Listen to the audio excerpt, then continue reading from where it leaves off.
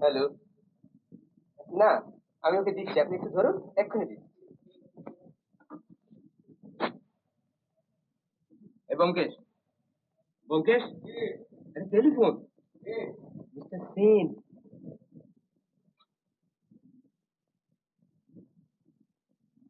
Hello mister Sen, good morning.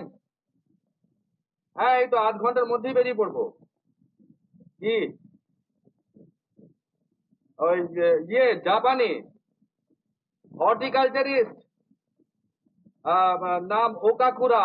ইংরেজি প্রায় জানি না বললেই চলে, সঙ্গে দোভাষী থাকবে, বাঙালি।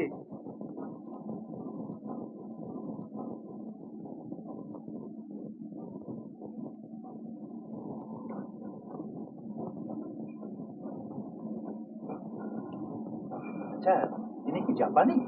আগে ইয়োকোহামায় আমার বিজনেস ছিল, আমি 7 বছর জাপানে ছিলাম। ওয়াতাশি ওতাকুনো কুনিও কিচেনেন সুন্দেই মাস্তা। ওয়াতাশি ওতাকুনো কুনিয়ে কিচেনেন সুন্দেই মাস্তা।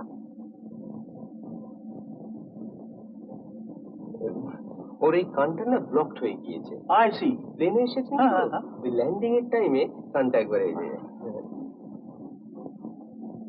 ওতাকুনো কুনিয়ে সুগোই কিরেই দেশু। বলছিল কি, ওর দেশটা ভারী সুন্দর। ও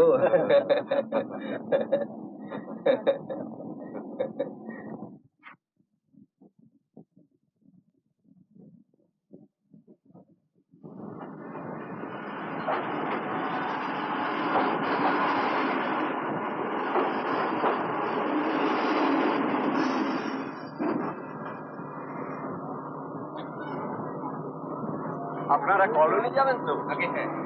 ও, আরে মুশকিল। আপনি? আমার নাম রসিক লালদি, মানে আমি ওদেরই কর্মচারী। ও তো আপনার একটা ফটো নেবেন বলছি। আমার ফটো হ্যাঁ, হ্যাঁ। তো বেশ তো, নিন নিন। চলুন চলুন। সেরাম কর্তার, কর্তার 1 মিনিট। কর্তারা বুঝি চিড়িয়াখানা যাবেন? না না, আমরা গোলাপ কলোনিতে যাবো। ওই এখন আপনারা যারা গোলাপ কলোনি কন, তারই আমরা চিড়িয়াখানা করি। কথা চা খাবেন একটু? না না, খাবেন না? না। উনি বুঝি সিনামেন? হ্যাঁ, উনি বুঝি সিনামেন? আগে না জাপান। ও, এক কথাই হইল। আয় না আয় না।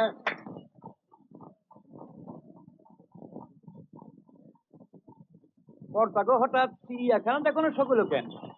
আপনার মতে কি ওখানে দেখবার মতো কিছু নেই? হ্যাঁ আছে আছে, আমার কি কন, খাই লই ঘুমাই আর গাড়ি চালাই। কর্তারে কইলাম ঘোড়াটা বুড়ো হয়ে গেছে, গাড়িটা বেঁচে ফেলান, একটা মোটর গাড়ি কিনেন। কইলো কি জানেন? কইলো পয়সা নাই। কেন, কলোনি ভালো চলে না? বলবো না কেন, চলে চলে, একটা কথা আছে না, লাভের গুড় পিঁপড়ায় খায়। এই তো যাক, বাড়িতেই আছেন তাহলে? হ্যাঁ, ইয়ে কি করছিলেন কি? কিচ্ছু না। ইয়ে হাতিয়াটা কি? এটা তো আমার নয়। হ্যাঁ। আরে বাবা, হাতে এত টাকা দিছে? হাতে এত টাকা দিছে?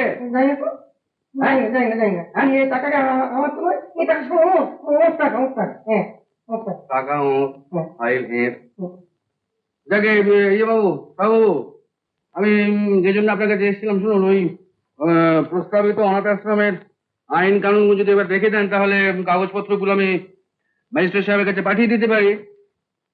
আপনি আসুন না, এখানে বসুন একবার। এখন পড়তে পারছি না। হুম থাক। তাহলে থাক।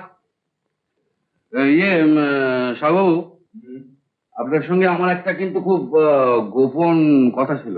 বলো বলো বলো। এরকম কলা বইয়ের মতো দাঁড়িয়ে থাকলে কি করে বলবো?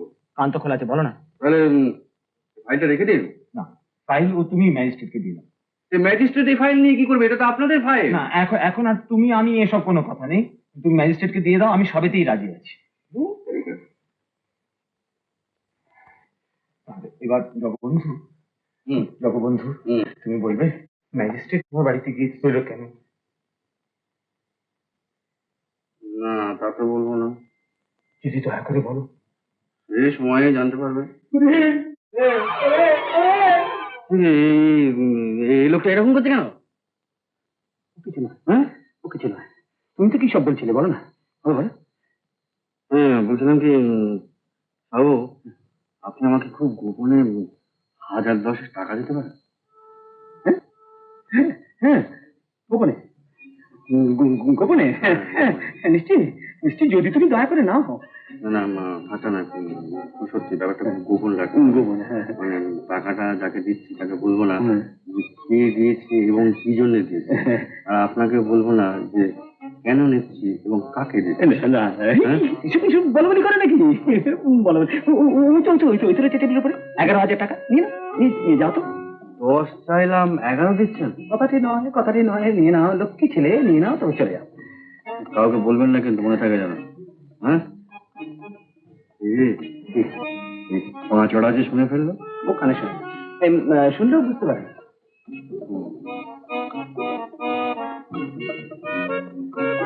পাঁচড়া, যদি শুনে থাকো আর বাইরে যদি কাউকে বলে থাকো তাহলে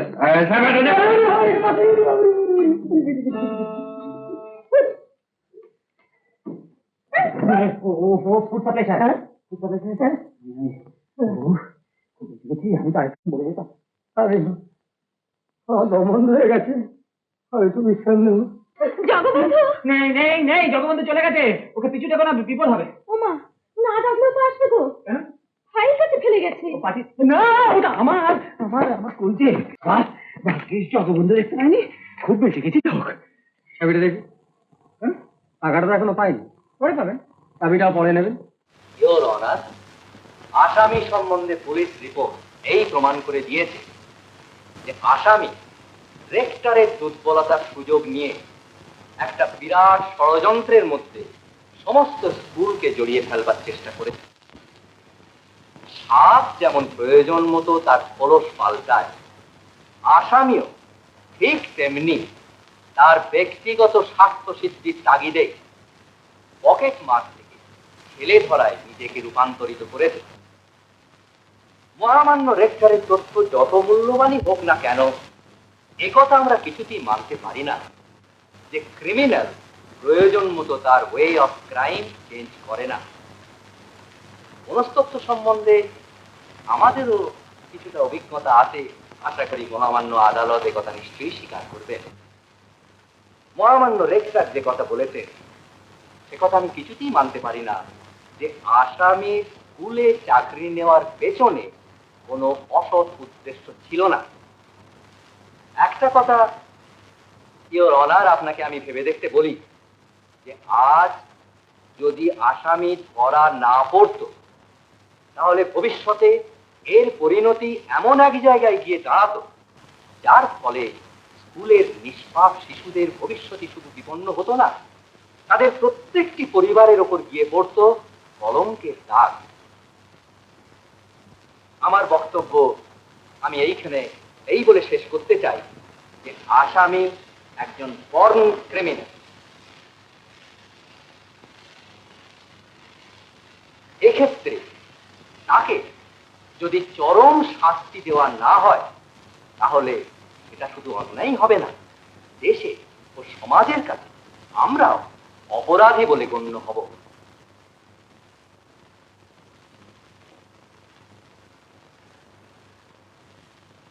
ইওর অনার, আসামির বিরুদ্ধে প্রমাণ করার চেষ্টা হয়েছে যে সে বহুবার জেল খেটেছে, সুতরাং সে একজন স্বভাব অপরাধী। কিন্তু এ কথা মানতেই হবে যে পারিপার্শ্বিক অনুকূল হলে মানুষ তার অভ্যাস ও প্রবৃত্তির পরিবর্তন আনতে পারে। বিখ্যাত উপন্যাস লে মিজারেবল তার জ্বলন্ত দৃষ্টান্ত। যা ভালজার শুধুমাত্র নিজের চেষ্টায় নিজের জীবনের গতিপথ বদলেছিলেন। আমাদের এই আসামির নিজের চেষ্টা তো ছিলই, অধিকন্তু তার সহায়তা করেছিলেন শ্রদ্ধেয় রেক্টর মহাশয়। মানব চরিত্রে ও অপরাধ তত্ত্বে আমাদের অভিজ্ঞতা আছে, কিন্তু মন তৈরি করার ভার যার উপর, বিশেষ করে সেই শিশু মন যার উপর কোনো দাগ পড়েনি, আর অভিজ্ঞতা নিশ্চয়ই আমাদের চাইতে বেশি।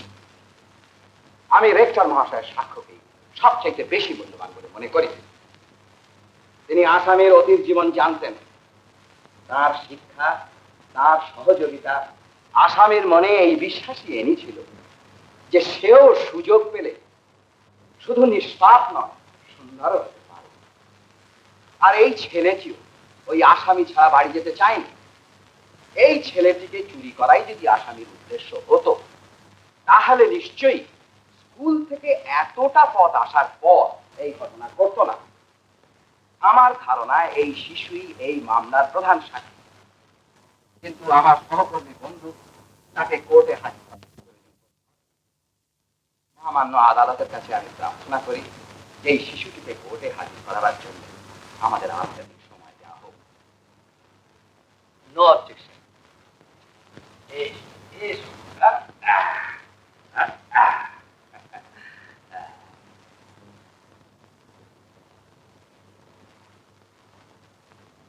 আচ্ছা, তোমার নাম কি বলো তো?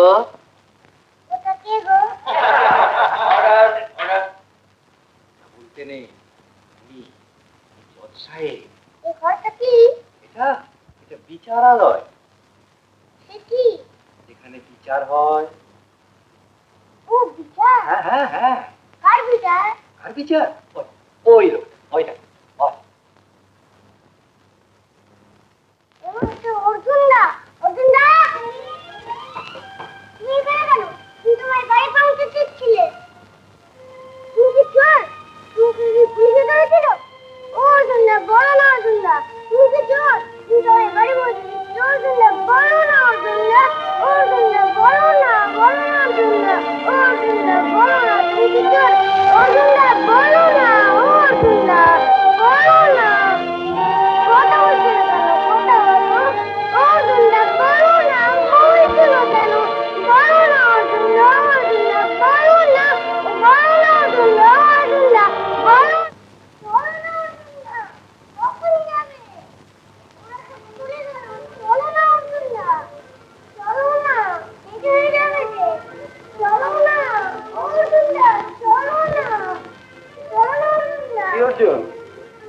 একটু পিছিয়ে পড়েছি।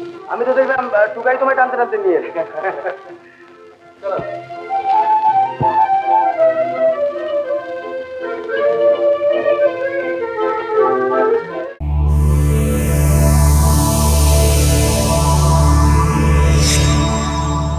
উত্তম কুমারের সেরা সিনেমা দেখতে হলে ডাউনলোড করুন ক্লিক অ্যাপ।